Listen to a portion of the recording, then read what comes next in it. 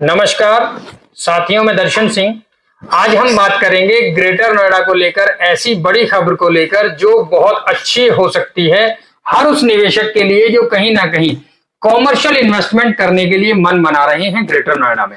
दरअसल ये 130 metre road है जो गाजियाबाद से ग्रेटर नोएडा वेस्ट होते हुए ग्रेटर नोएडा और आगे जेवर एयरपोर्ट से कनेक्ट करने की तैयारी में प्राधिकरण लगा हुआ है।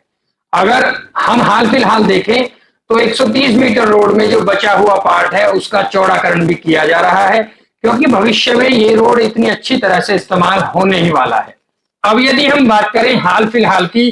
तो आज भी आप देखेंगे कि शाम के समय जो आवागमन यहाँ नोएडा एक्सप्रेसवे पर है, लगभग उससे ज्यादा आवागमन ग्रेटर नोएडा वेस्ट 130 मीटर का लोग इस्तेमाल कर रहे हैं। जैसा कि हम सभी जानते हैं, गाजियाबाद के साथ साथ NH24 को कनेक्ट करते हुए ये रोड आगे ग्रेटर नोएडा वेस्ट और ग्रेटर नोएडा होते हुए नोएडा इंटरनेशनल एयरपोर्ट से कनेक्ट कर दिया जाएगा।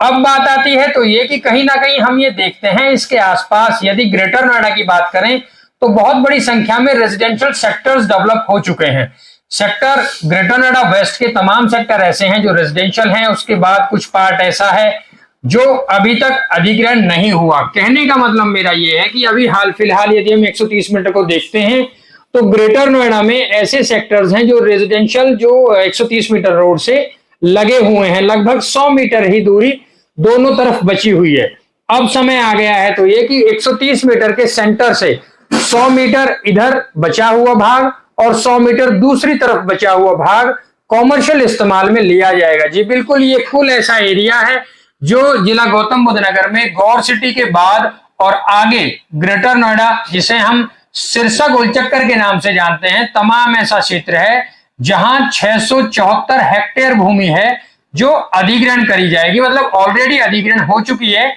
लेकिन अब कहीं ना कहीं उसको डिमार्केशन किया जाएगा प्राधिकरण के द्वारा। ये 674 हेक्टेयर भूमि ऐसी होगी जिसमें hotels, petrol pump, commercial complexes और इस तरह के कॉमर्शियल मॉल और MNCs के ऑफिस बनाए जा सकें, इस तरह के प्लॉट्स इसमें अलॉट किए जाएंगे। तो कुल मिलाकर ये ऐसे निवेशकों के लिए बहुत अच्छी खुशखबरी की खबर है जो कहीं ना कहीं पेट्रोल पंप्स के लिए प्लॉट देख रहे हैं या कॉमर्शियल ऑफिस बनाने के लिए प्लॉट्स चाहते हैं या अपना कोई ऐसा कॉमर्शियल मॉल या कोई ऐसा कॉमर्शियल प्रोजेक्ट लेके आना चाहते हैं जिसमें वो ऑफिस स्पेसेस को जाके बना सके। तो साथियों, अब उन लोगों के लिए विशेष तौर पर प्राधिकरण ये नया अधिग्रहण करने जा रहा है। 674 हेक्टेयर भूमि ऐसी होगी जिसमें luxury hotels, petrol pumps, corporate office बनाए जाएंगे, क्योंकि 130 मीटर को जब नोएडा इंटरनेशनल एयरपोर्ट से कनेक्ट कर दिया जाएगा तो आमतौर पर यदि हाल फिलहाल देखें तो कहीं ना कहीं इस तरह की जो भी प्रॉपर्टीज हैं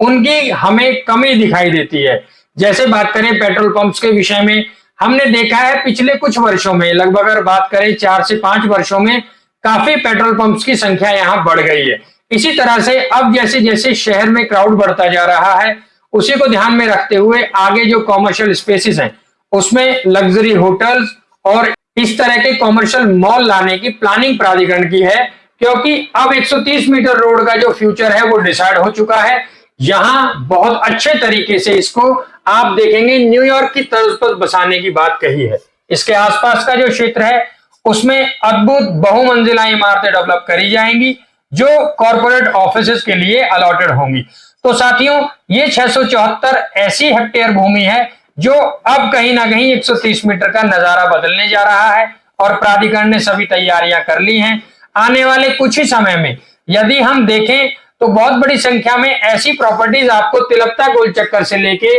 और गौर सिटी तक दिख जाती हैं जो कहीं ना कहीं अभी कोर्ट में विचाराधीन है, न्यायालय में विचाराधीन है। अब सारी ही चीजों को प्राधिकरण बहुत जल्द सुलझा लेगा और ऐसा अतिक्रमण जो कहीं ना कहीं गवर्नमेंट की नजर में गलत है, ऐसी कुछ प्रॉपर्टीज जो आप यदि देखते हैं 130 मीटर के नजदीक लोगों ने अपनी पर्सनल डेवलप कर ली हैं, कहीं ना कहीं अब उन चीजों को प्राधिकरण सुलझाएगा, या जो गलत हैं उन्हें डिमोलिश किया जाएगा या जो सही हैं उन्हें शिफ्टिंग में रखा जाएगा। तो इस तरह की प्लानिंग प्राधिकरण ने पूरी कर ली है। अब किसानों की रजामंदी और किसी तरह का कोई मसला किसानों के मन में ना रहे, इन सभी बातों को ध्यान में रखते हुए ये 674 हेक्टेयर भूमि है जो डेवलप करी जाएगी। तो साथियों, अब कुल मिलाकर नजारा बदलने वाला है और आप यदि यहाँ किसी तरह का निवेश करना चाहते हैं, क्योंकि तिलकता गोल चक्कर से लेके गौर सिटी तक यदि आप देखें तो अभी हाल फिलहाल रेजिडेंशियल सेक्टर ऐसे हैं जो डेवलप किए गए हैं।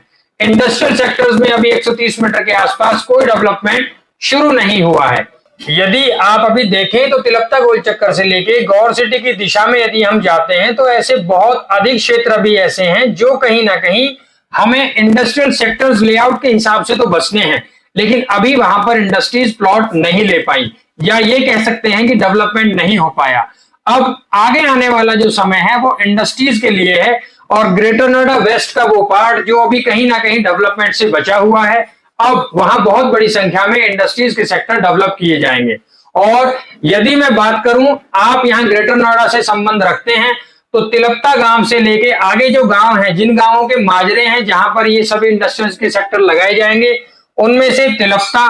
खोदना, खेड़ी, भनोता, सैनी, सुनपरा, सदुल्लापुर, वैदपुरा, रोजा, जलालपुर, ये तमाम गांव ऐसे हैं,